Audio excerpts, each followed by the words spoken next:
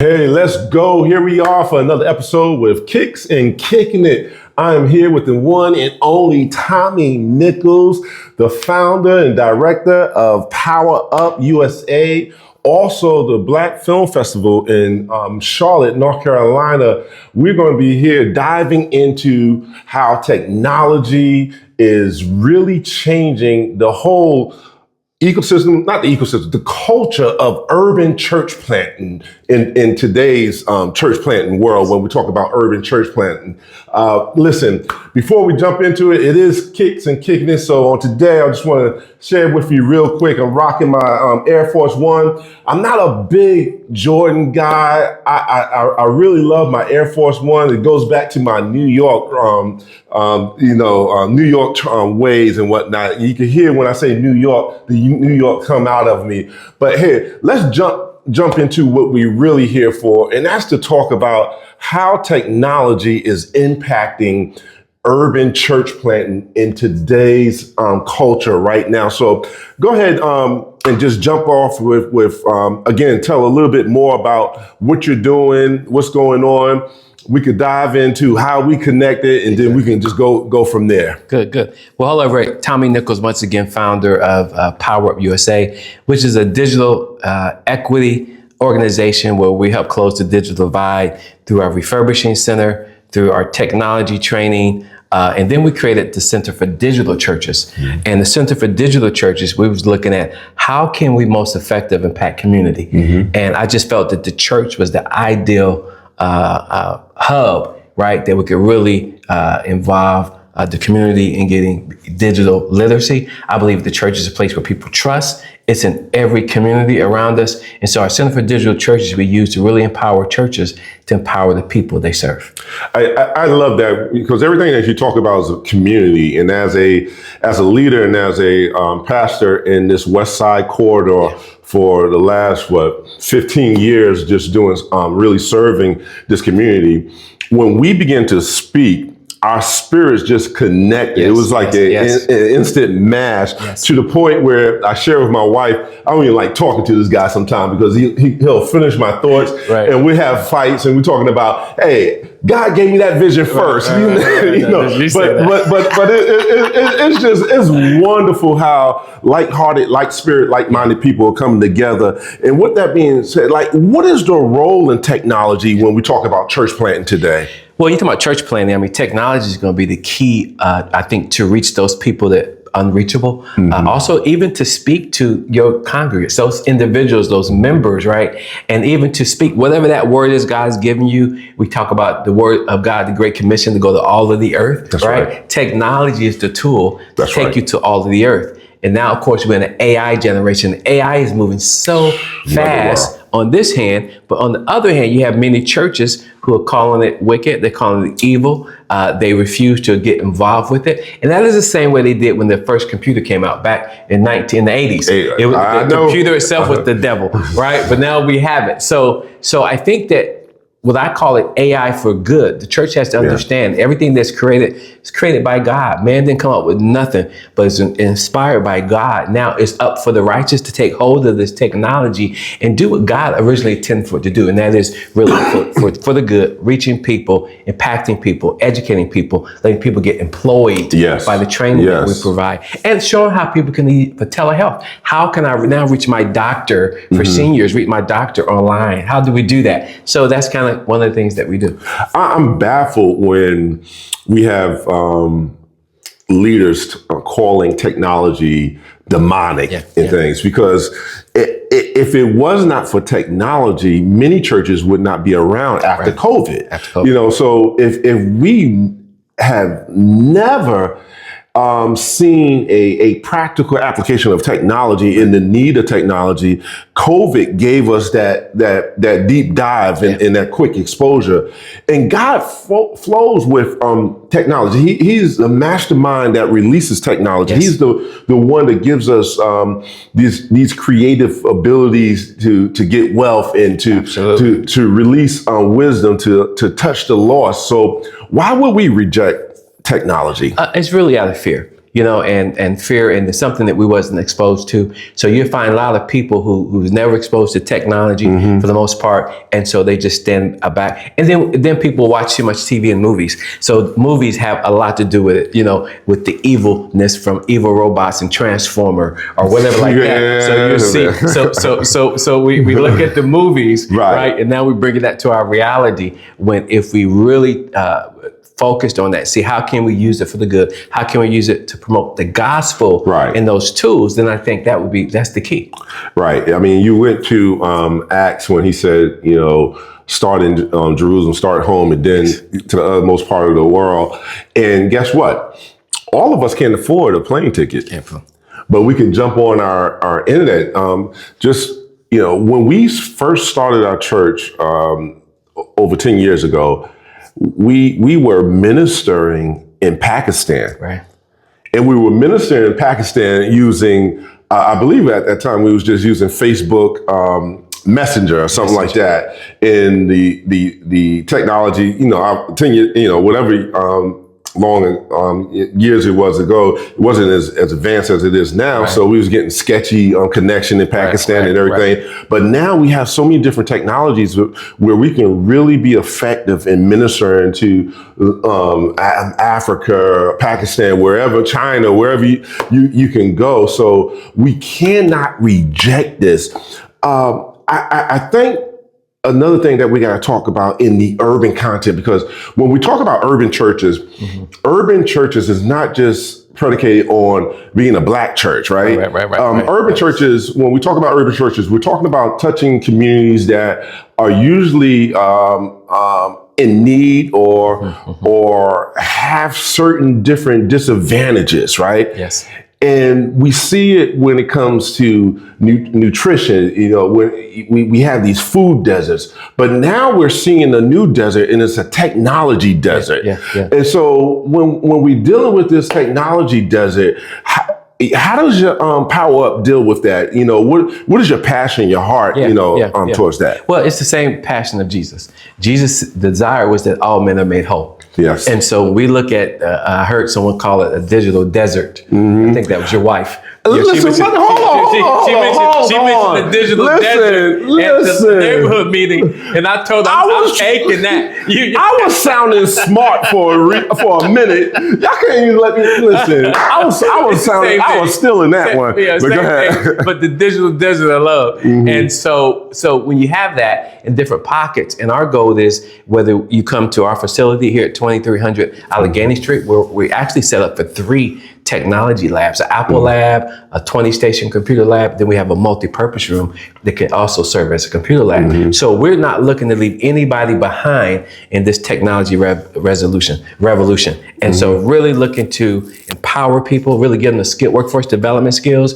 Right now, you see the new thing that's coming down. DEI is gone. Those different things that we used to rely on, it's gone. And so we have an administration is not what they can do for you, but what can you do for the economy? What can you do for the employer? What can you do for the billionaire that's part of that new team? It's all about what you now can bring to the table, and we're helping to prepare the table. That's phenomenal. And what again, just to brag on you a little bit, I love your heart, your wife's heart, and your passion, because originally we was like, hey, you looked at the facility and said, hey, I love what you have down here. Can we do everything that you was talking about? It was like, hey, our goal is to see the doors swing wide open in this church, and we clicked right there. And then I got a call from you. He's like, the Lord told me that I don't need to just partner, but I need to be a part of this ministry. And you guys have jumped in and just really ran with it. And we've been able to be first partakers in a lot of this technology that you're talking about, where we didn't have all this stuff. We didn't have all the social media team to the level that we have it right now. We didn't have the podcast room jumping off. Like all this stuff is because of the organization that you have, and it's given us access to things that we normally didn't have. And how do we bring this in? And is this duplicable where you could duplicate this from church to church? Yeah, I mean, so I'm super excited for your heart, because people introduced me to you, but that wouldn't get me here. Even because I'm here would not get me here.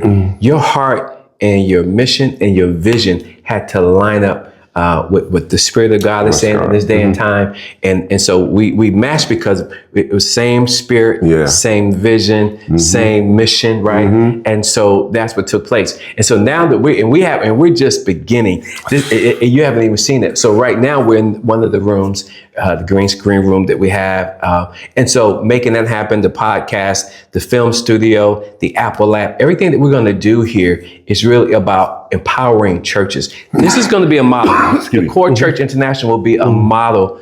We'll call it digital hub. You've already been certified as a digital hub. That means not only can you're equipped to service the community, you're also going to be equipped to service other churches. That's awesome. And other pastors. That's awesome. So we're going to have convening and meetings and sessions and workshops for pastors, leaders. And we want to equip churches to how to create a digital pastor.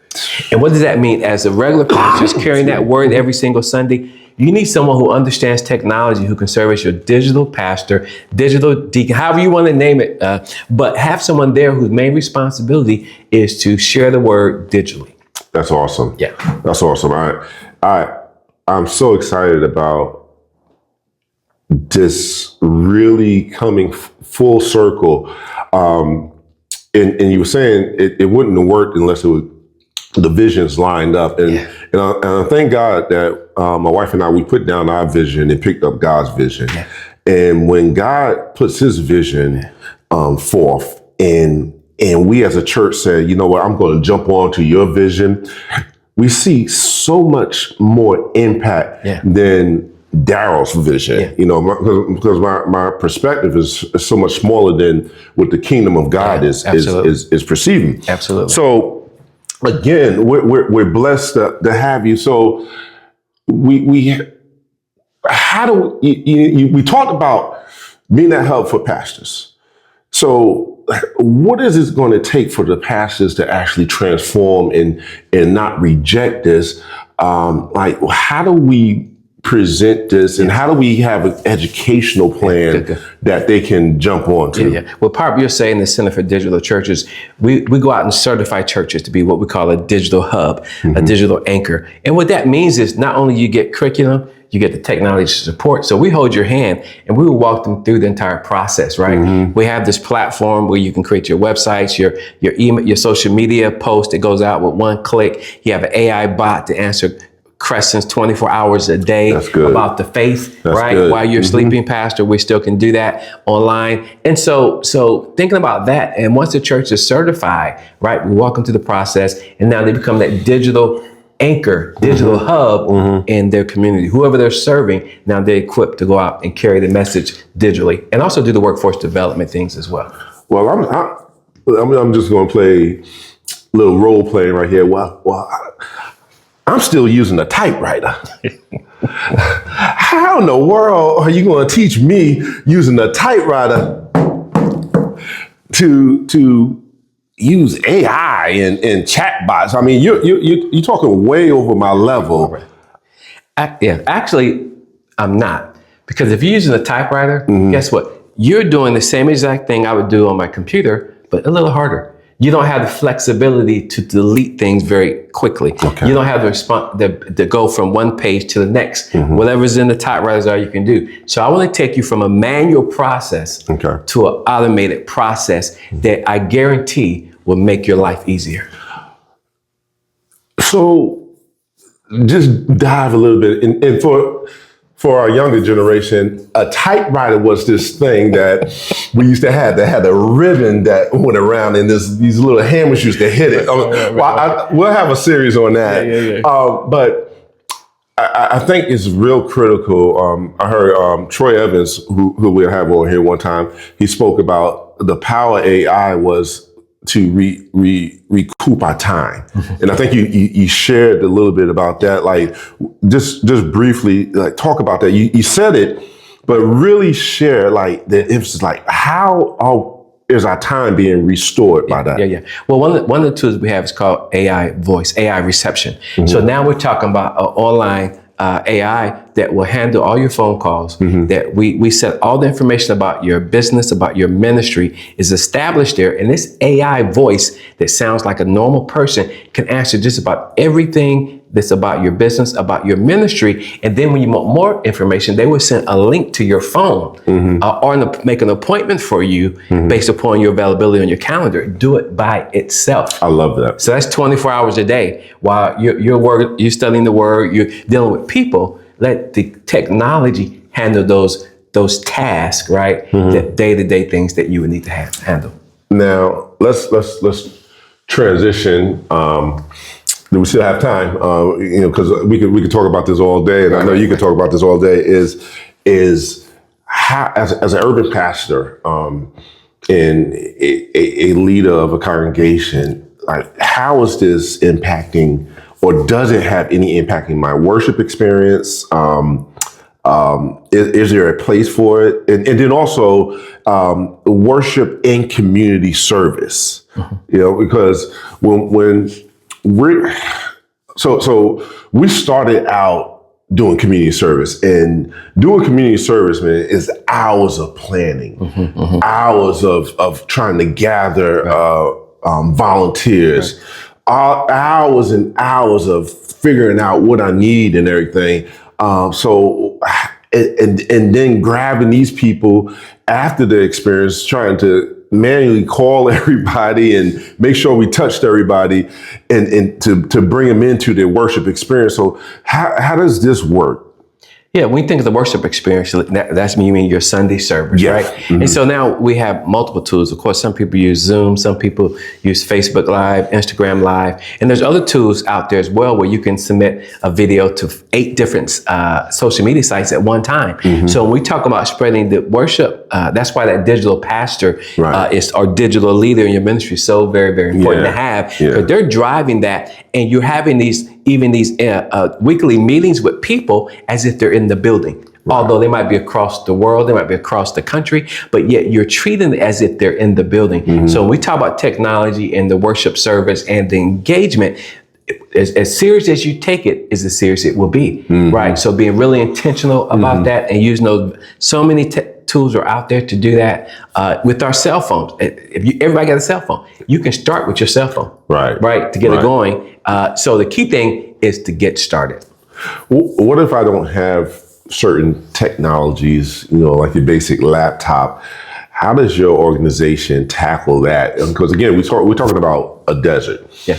Everybody can't afford the iPads. Everybody can't afford this. But a little birdie told me that you may be able to help out with that issue right there. Yeah. For churches, we have a refurbishing center. And it's interesting. I've kind of pivoted from when we talk about digital divide, closing the divide, is the church. I'm using the church. So we have a refurbishing center where we get donated devices. We refurbish those laptops, those desktops, and then we give them to local churches, once again, to empower their communities. If that might be a distribution of devices to the community, or it might be setting up labs at the church where they can empower the community with churches, with training, resume preparation, job prep, those kind of things. So we can set the church up with a computer lab or work with the church to distribute devices out to the community. Good stuff. Good stuff.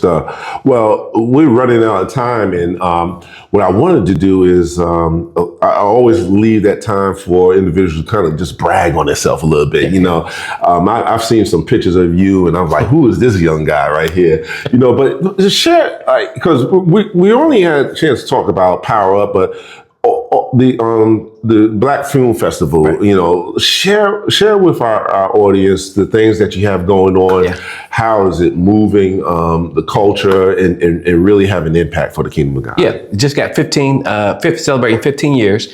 And after all this time, I was able to really go to the city and really solicit them to support the festival. So now we have got a grant where we're doing a microfilm grant that's available for Latino and African American filmmakers in the city of Charlotte. And so they can do anything from $500 to $5,000 they can get with that particular grant. And so we having the information session on Monday, which is good. We're doing a workforce development piece that would happen right here at the CLT Creative Workspace, which is part of the core church. So we're going to have that later on, where we're going to have about 30 individuals being trained to be on set, right? And so, and that training is aligned to a movie. So within 30 days, that movie's happening, the training is going to happen, where those individuals can get on set. So those are some of the things with the film festival. We get films from all over the world that submits to us. So it will happen June the 5th through the 8th. Super excited about that. It's going to be at the Arsley Grand Cinema this year at the theater. So really, really excited about that. I don't know what we're tapped into the modest guy right now, but there's even more that's going on. I'm sure real quick, how can they connect with you? Yeah. We should go to the Charlotte Black Film Festival and Charlotte Black Film Festival and Tommy at Charlotte Black Film Festival. You can get me there. We do have a contact form on the festival page, powerupusa.org. You can go there and get information as well. You can just Google me and you'll see some information and just make a connection. That's the ultimate flex right there. Google me. Google me, right? I got a couple pictures out there. I love that right there. Hey guys, this is another episode of Kicks and Kicking It. I am so glad that we had this opportunity to talk about technology in the urban church plant. Do not run from it, run to it. Yeah, run to it. Listen, we look forward to connecting with you real soon. See you next time.